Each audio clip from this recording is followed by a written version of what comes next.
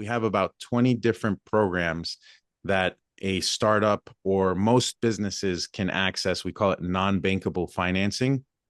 Um, this is short-term financing in the end of the day, right?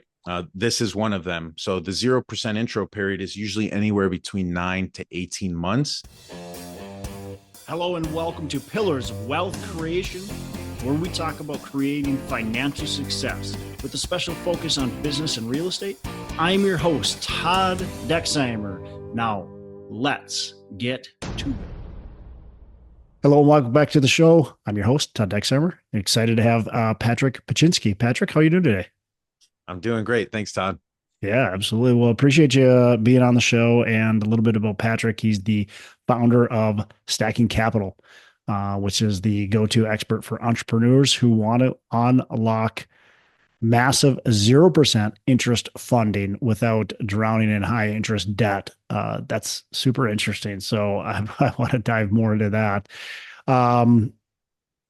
Yeah, why don't you just give our listeners a bit more about your background? You were a U.S. Marine, and now you are this, business funding expert. So dive in a little bit more. Tell our listeners more about what you got going on, and we'll get going. Definitely. But hey, before I begin though, Todd, first off, thanks for having me. I just want to thank you because your platform truly is amazing. And for anyone just listening out there, if you've gotten value from the show, just maybe pause to leave a 5-star review. And yeah, I think Todd Appreciate you, deserves man. some love over here. Appreciate that. Appreciate that. But yeah, in terms of my history, yeah, straight out of high school, joined the Marine Corps, went in, but since I was 14, I wanted to join. Shortly after into my Marines, I was coming up on a 6th year. My dad came down with cancer, and that's ultimately why I got out. But around that same time too, me and my dad pretty much stumbled upon an opportunity with my uncle who was doing metal recycling in New York. So he was more specifically recycling the precious metals from the catalytic converters. We got in at the right time, right place. We're making lots of cash and everything. But it's interesting to go back to that point in life because at its highest peak, and this was after my dad passed, but we got the metal recycling business to 2 million a month, 2 million in revenue a year.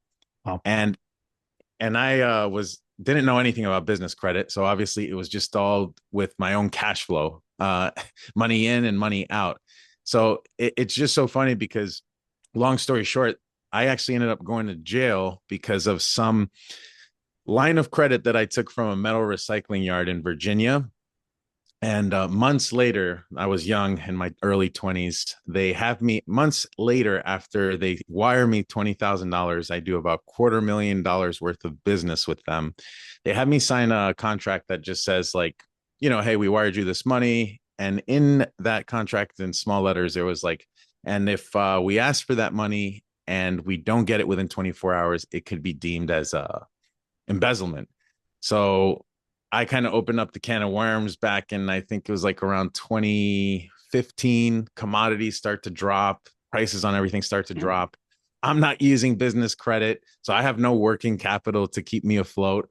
The expense on running these machines and everything, your manpower and everything, all that's still the same, the salaries. So I pretty much called them and told them, hey, we're downsizing. I'm selling some equipment. If you were to ask me for the money now, I wouldn't be able to give it to you. And sure enough, I sort of opened up the can of worms. They were in Virginia. At the time when they first started, they weren't even allowed to operate outside of the building that they had. But shortly after, they pretty much employed the whole town. So they literally got a governor's warrant with no bond to come and get me. So I was in jail for 30 days during that time. And it's so funny to think now that, all I really needed to do was apply for a business credit card at 0%, pay that 20,000, pay them off, get them off of my back. And then my monthly payment would just be $200 a month because it's typically 1% of the balance on a 0% card. And the utilization would not show on my personal credit either. So it's just, I bring that up to just show people that there's so many businesses out there. They're doing well. They've been in business for a little bit. and they just don't know the world of business financing. So maybe they haven't accessed as much as they could. And that's kind of what we do here is we just help businesses position them to basically get bank financing starting at 0% interest in the form of business credit cards. Hmm. Man, crazy getting thrown in jail for that. Like, what, what was the thought like running through your head when you're like, what is going on here? Well, you know how you they say you're kind of like you die and you're reborn again a few times throughout your life. That Yeah. was definitely one of them. So I started to read Awaken the Giant Within. Might even be one of my favorite books back here. You'll see it still has my last name on it because that's what they do when you're in jail. Apparently, that was a huge eye opener.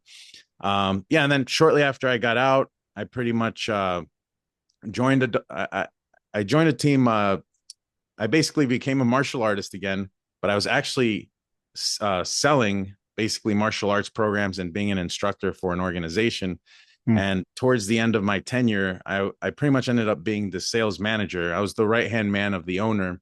And we were just constantly pioneering new systems. I was in charge of the sales and the numbers and the growth across all his 6, 7 locations. And at the same time, I was getting my marketing. I was more of a freelancer, but I was starting to pick up some clients in terms of like freelance marketing online. And that's what gave me the experience, I guess, of doing like Zoom calls, knowing that you could make money online and service people across the states. And then fast forward to the pandemic, we have I don't know if you remember app called Clubhouse, but Oh, yeah. I was just a fly in the room with a lot of big people there, CEO like Grant Cardone, the CEO of Virgin, like all kinds of crazy people there. And in one of those conversations, they started talking about business credit. So it just sent me down the rabbit hole. I get super, super interested in things that fascinate me. I could really get lost and find out a lot. So shortly enough, I started to invest a lot in those courses. There's a lot of BS and misdirection and just outdated advice out there. I even invested in some of these $10,000 courses. And I noticed it wasn't just me, other people were lost in that program too. So, naturally, I started with myself, sort of did a couple of wrong things with the first. I even hired a funding company and then just started helping friends out for free, started getting referrals. And where we really got, where I got most of my reps in was I caught up with a friend from high school who at the time was working for an e-commerce automation agency out of Miami, and they had their own credit funding department and everything. Hmm. They even had bought one of those $10,000 courses, but they were still paying me as a contractor to pretty much get their clients funded. That's what made me realize, like, yeah, there's definitely a need for what we do. It's a one-on-one advisory, and we pretty much have a work for free guarantee. So for most, about 50% of our clients might be ready to go for funding right away, at which point we don't have to even charge an upfront fee. But the truth is, a lot of people need optimization before they actually go for bank term 0%, credit cards. And that's What do you because, mean by optimization? Explain that to me. yeah, so I think a lot of your audience here, they're entrepreneurs. A lot of them are also like real estate investors as well, right? Yeah. So with the real estate investors, I see it all the time. Like they're asset rich. Sometimes they're liquid poor. It's seasonal with them. But what they do have is a common trend of they'll have a thick credit profile, which is very good because we're looking for comparable credit. But oftentimes they're also using their personal credit cards for their projects or whatever it Yep. is. And your utilization is 30% of your FICO score. So if you're constantly maxing out that personal card, then it doesn't give you a window of opportunity to pretty much apply for business credit cards and just start putting it over onto that side because 95% of business credit cards don't report to your personal credit. Yeah. Yeah. Um, what types of businesses is this applicable to or for? Yeah, so that's a good question. Generally, you have your high risk restricted industries like cannabis, gambling, all that stuff. But this method could technically be used for any industry and for anyone if done right. So there's different ways to do it, but a lot of the times it starts with having a low risk industry, right? A low risk industry and name for your business. And Yeah. then the rest is just getting the compliance issues out of the way. It's 2025. The banks have data on which businesses are more likely to default than not. So Yeah. Yeah. if they know and we know that a business with no website, a Gmail address, and a mobile phone number are 70% more likely to default, why not just go the extra step and just build all that out before we even start applying? That makes you sense. know so that's where some people again might have it built out. We can go straight to applications, and then sometimes there's people that need a little bit of help. And again, with the real estate guys, going back to that, it's usually high utilization. They might even have a collection account they don't even know about. So a lot of people get used to checking their credit score from like their Chase or their bank app, and a lot of times it doesn't give you the full breakdown that like a tri-merged like full credit report will give you, which is good to look at every now and then. And you can actually get it for free, like annualcreditreport.com, I think is the website. Yep. Yep. But yeah, that inquiries, a lot of inquiries just from like, and usually like mortgages and other things is a very common trait that I see. So oftentimes that's usually our first step in getting someone funded is credit optimization, because what we're generally looking for 0% cards is a 700 plus credit score, your utilization to be under 30%. And ideally, you don't have more than 2 or 3 new accounts, revolving accounts, especially opened in the last 6 to 12 months. And then no derogatories. Do you need what's the derogatory? So any negative accounts like a missed payment or child like collection, a charge off. Just think of somebody speaking to me in a derogatory voice. Right. No. Yeah. Do you need to have, if you're getting a business credit card, line of credit, do you need to have like a long experience in that business? Do you need to have several years of tax returns? Like, is that a necessary thing as well? That's a great question. So that's one of the great things about this program too, is just like anybody right now could go apply for a personal credit card and get approved. Business is the same. Again, we're adding a layer of complexity because there's some compliance things you need to pass. Sometimes even just having a mismatched address could lead to a denial. But for the most part, the 0% business credit cards is a stated income program. So that means that, yeah, you generally don't need tax returns, financials, or anything. It's mainly relying on your personal credit. The score gets the conversation going, but in terms of like how much we can unlock, like if somebody's expecting 150,000 of 0% business credit, but all they have are starter limits on the personal side, that's a perfect example of someone we might need to work with to build them up to get to that point, because it boils down to pretty much comparable credit and relationships. So if they don't have relationships with certain key banks, we got to work with them on building that as well. And we have ways to speed up the process. Banks work in 90-day cycles. So as long as they're working with us and willing to pretty much have the same expectations, realistic expectations as to how much funding we can unlock and how much time, I always say to everybody, like almost any profile can unlock this amount of funding with the right time and dedication put into it.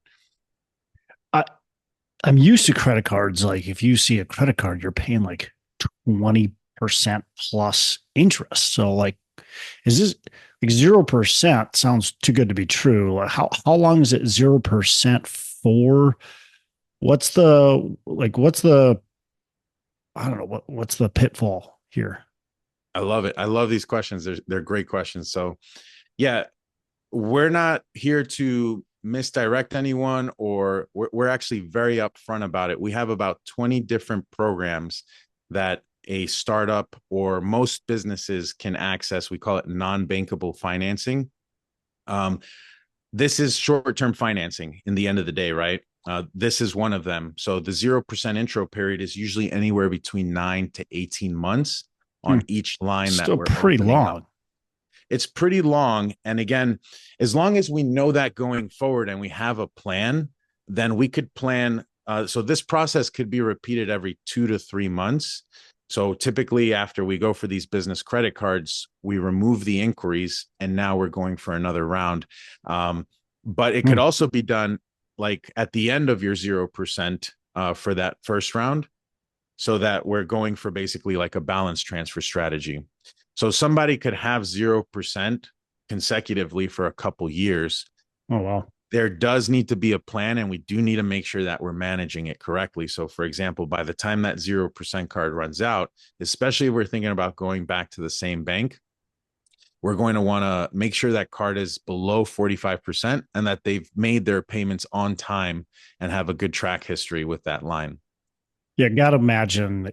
Is it similar to a personal credit card where if you're not making your payments, your interest is going to skyrocket. If you don't pay it off on time, if it's called that, 18 months, if 18 months goes by and you still owe a bunch of money, like you're going to get hammered with some pretty high interest. Exactly. Yeah. So the intro period for 0% is anywhere between 9 to 18 months. And then after that, it's not a fixed rate. It will depend more on your credit score. And it could be anywhere between 20 to 29.9, whatever they're legally allowed to get away with. Right. And business cards are actually a little bit more strict than personal cards, because with the personal cards, you have a lot of consumer protections to protect you and stuff. But with the business, even just one day late could be considered late and have a negative mark on your business credit scores and your business risk. So these are things that we let people know along the way. And another thing too is, okay, like we get the 0%. There's some purchases that could be used with a credit card, but a lot of times we have, again, real estate investors, maybe they want to use this for a down payment and then use hard money for the rest. We need to liquidate those funds. So there's services like plastique.com that charge 3%. We also have a partner who can liquidate large amounts in like a very short amount of time. And then we also teach them how to do it in-house so that they could also basically have more control over it and pay anywhere between 0 to 3% in fees. But what do you mean when you say liquidate the funds? Are you saying that you can't just access it right away? Is that what you mean when you say that? So these are 0% interest business credit cards. Yeah. So if there's a lot of vendors now that take credit cards, but let's say you're looking to use that, you want cash. Right? Yeah. That's what we call liquidation. Yeah. And what we're able to do is we're able to liquidate those cards for a fee anywhere between 3 to 6%, but they're not going to code as a cash advance, and we're still going to retain our 0% intro period. Got it. That makes sense. So there's you can't cash advance on a lot of these credit cards or any of them. You can, but you're not gonna have 0%, and you're gonna pay that APR. Yeah. So we have a way to do it without triggering that, basically. And again, if done right and you follow our directions, basically by the time that 0% runs out, we could be ready for another round of balance transfer strategy. Yeah, it makes a lot of sense for anybody who's flipping a property. That could make a lot of sense to do. Down payment. If you're going to get a quicker refinance on a property, it would make a lot of sense for real estate in that transaction. Or it makes a lot of sense to be able, depending, again, like you said, like depends on the vendors, but to be able to pay for materials, to be able to pay for potentially contractors if they take credit cards. Exactly. Like these are revolving lines. So at the end of the day, let's say even if we get you 100K, you're only going to pay on the balance that you use. So that's the cool thing, is you manage them right. Not only can we continue to get 0%, but the lines continue to grow with you. And you don't have to, like with a private or hard money loan, originate a new loan every single time. Yeah. And don't get me wrong, hard money has its place, and both of them combined could be a very deadly tool. But that's the whole idea, is having that source where you can continue to get more 0%. The lines that you do have continue to grow with you. And you're also building relationships with tier one banks that, again, a lot of times have a whole real estate commercial investing side to it as well. Let's talk about the mistakes you see people getting. Well, I guess there's several things that we can spin this, but let's talk about the mistakes that you see people that get a 0% interest credit card. Like, why shouldn't they get it? Why shouldn't they have got it? Or what did they do wrong? Yeah, I mean, we see, well, a lot of the people that say, like, why can't I just do it on my own? They just don't end up doing it on their own because they realize the amount of work that's really involved. Because again, we had a client the other day, he got denied flat out with all the funding companies he was with. And it turns out we do our due diligence and we find that on the FICO Experian, he has a PO box as an address. So we knew it had to be something like that because it wasn't even like low limit approvals or anything. We're like, let's find out why he's been denied by everyone, no matter what funding company touches it. And sure enough, it was just that. And again, that's part of the compliance, is just making sure that the addresses are matching, that we have a professional business, that when they search you up on Google, that you're actually found, it looks like a real business. All of these things the banks are doing, because every time they pull a credit report, they have to pay Experian or Equifax, TransUnion. So they have pretty much very similar software to what we have, where we can do what we call like a pre-scan, and they can disqualify you based off of that without having to pay Experian business or anything, or Experian for your credit report. So the biggest mistakes I see is really when you do it yourself, or when you're going with another funding company. There's a lot of these companies that you see, we're on kind of both sides. So we are a back end company where if we have a file that's ready to go, we're going to go and get them funding. Everyone wants funding right away. But there's, unfortunately, files that are not ready for funding. And these are people that usually either need credit repair, they need better comparable credit limits, or they need to build the relationships before going to ask for money from these banks. And they can do that themselves, right? We just are able to do it all usually at the same time and in a faster amount of time. Yep. But with the performance companies, what happens is they want to get paid on the back end. So they don't really even care if you're not ready.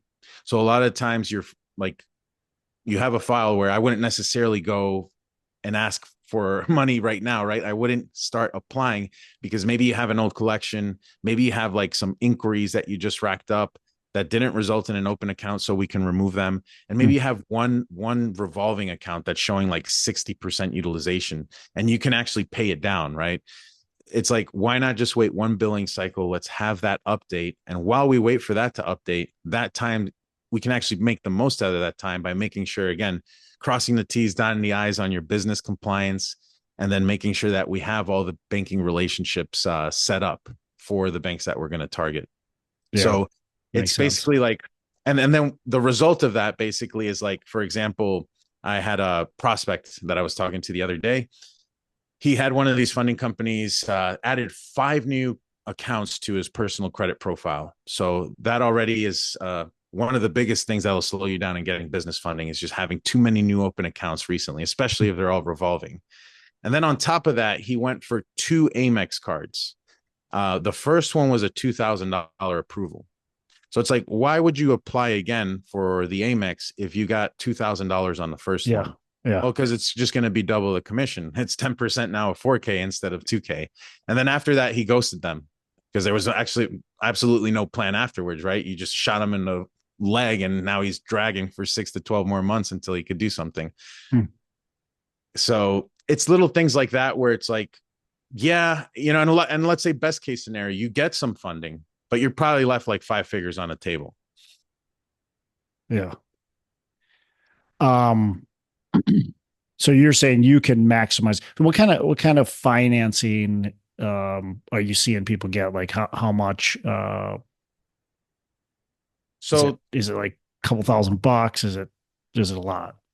Yeah, so it's a pretty open window. I say 50 to 250K because it really just depends on the strength of the credit profile. So many, like for me, seeing an 800 credit score doesn't excite me. What excites me is seeing a credit report with average history of 10 plus years and some strong trade lines on there. And that's why real estate investors are usually pretty good clients. Again, they all have very similar messes where they have the resources to take care of it and fix it. It's just a lot of times they don't know, like they pay their credit card on the due date, but it's the statement closing date that you really need to monitor in terms of what balance it's going to report on your credit report, right?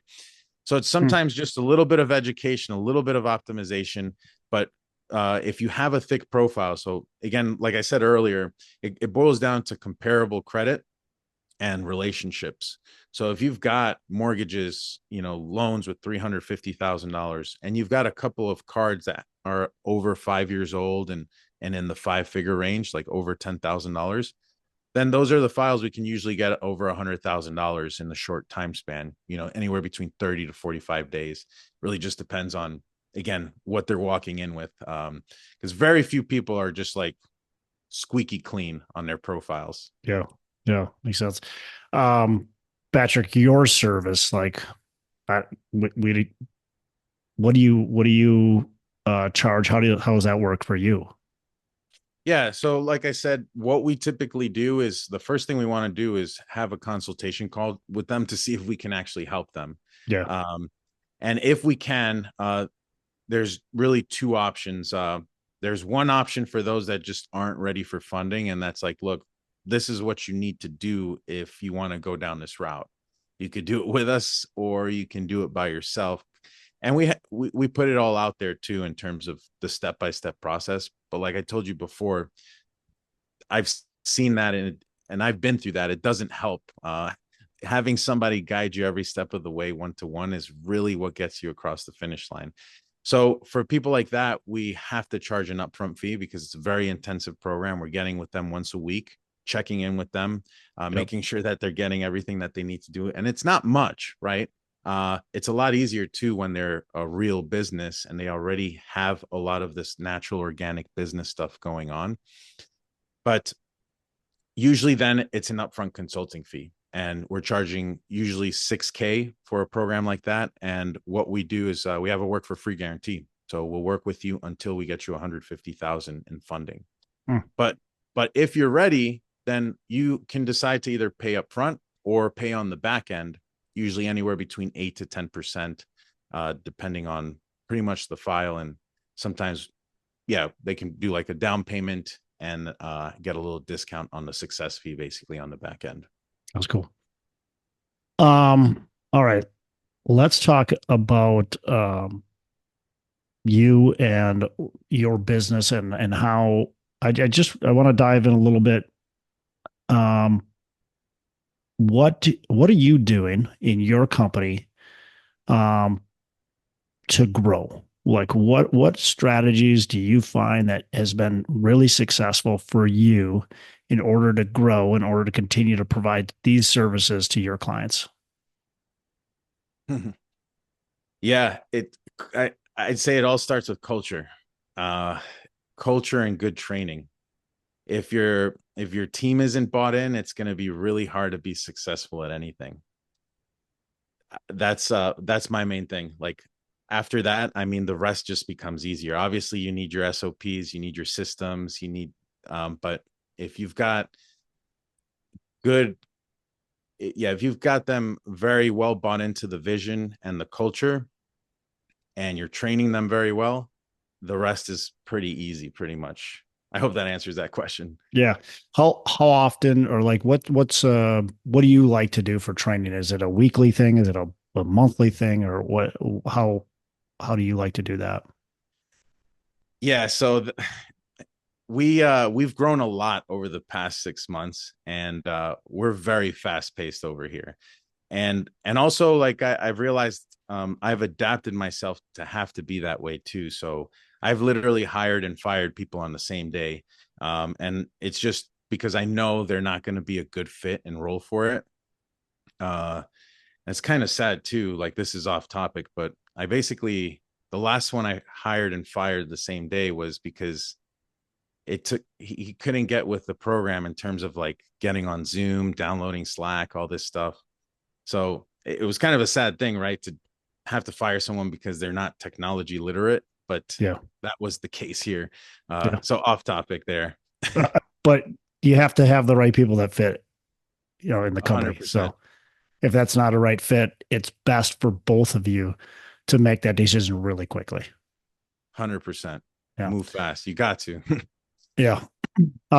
What's a habit? What's a, daily habit, or maybe a couple daily habits that you have, that you find is key to your success? Yeah. Every morning I go for a run, even if it's a short one, but I want to get my heart rate up. I want to get my body moving. And the older I get, I'm just stiffer. So I feel like it just sets me up better for the day. Yeah. And then just gratitude.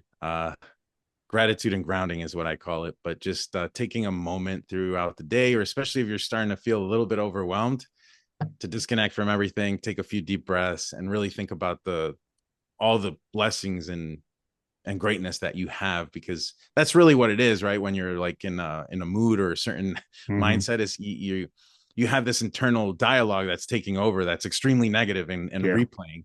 So it's just taking a second to ground yourself and realize, whoa, wait a minute. Let me control these thoughts. Let me readjust. Let's take some deep breaths.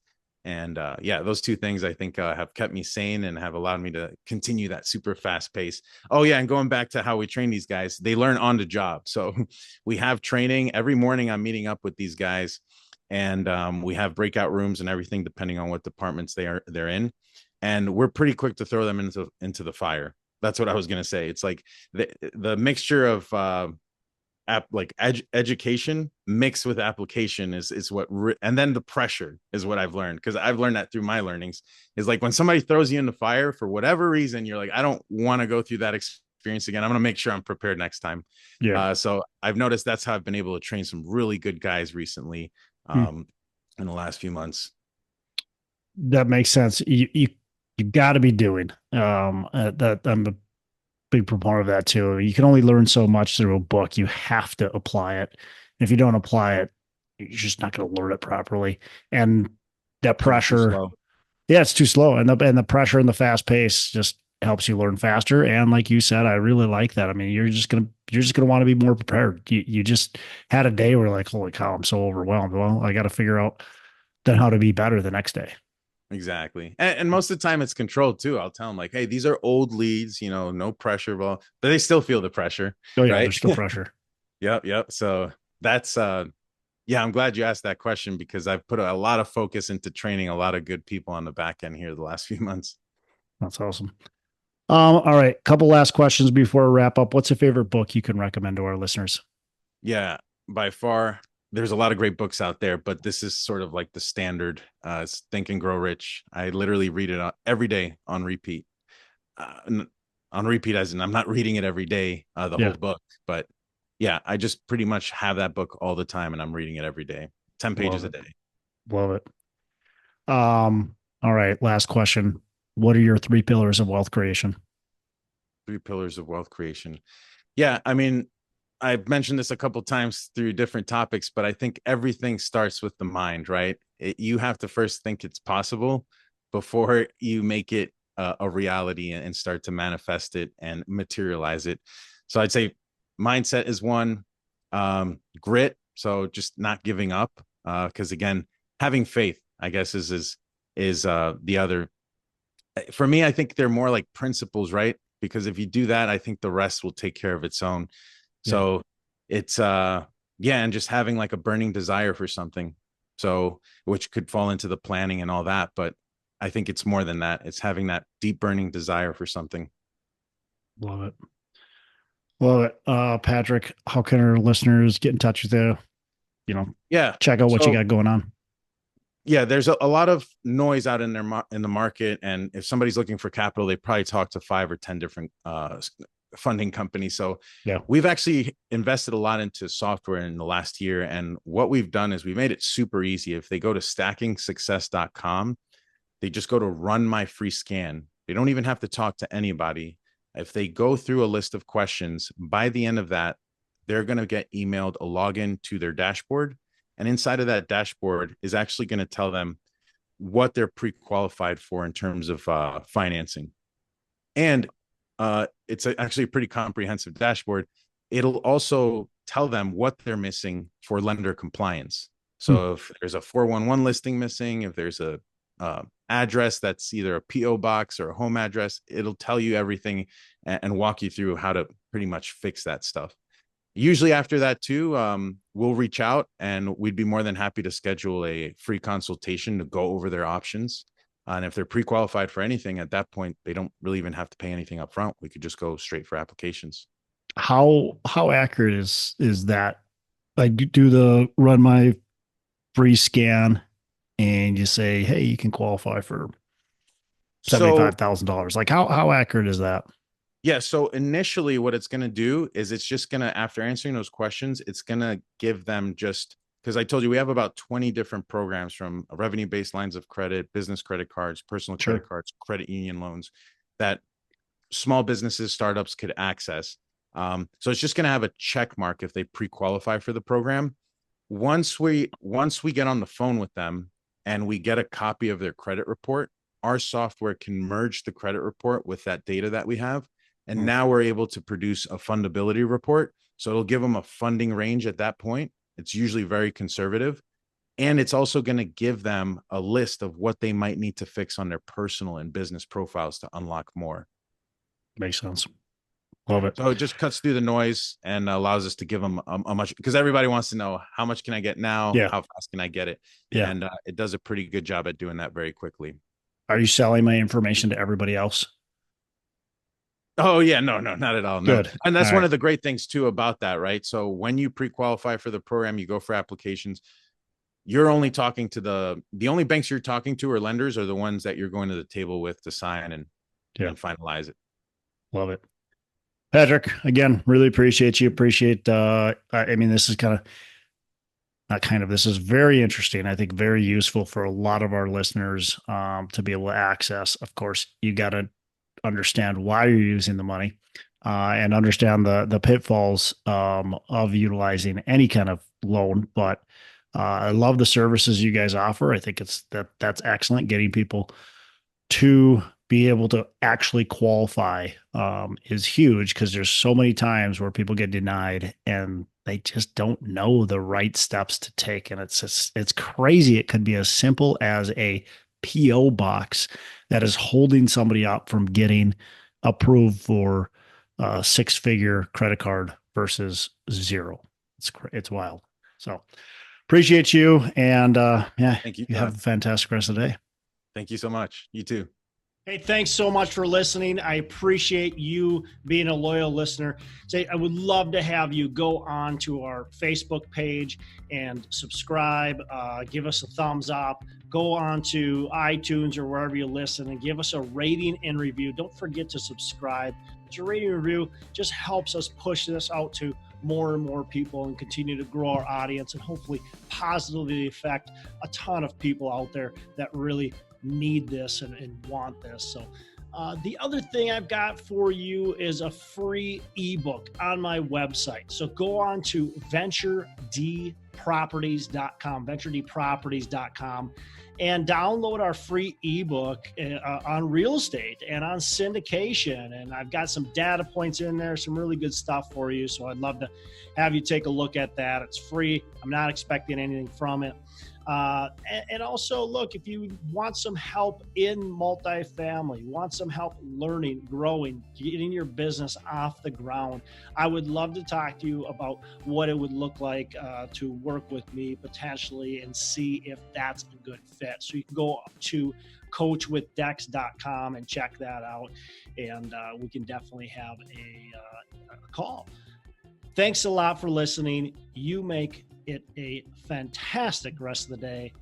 I'll catch you on the next episode.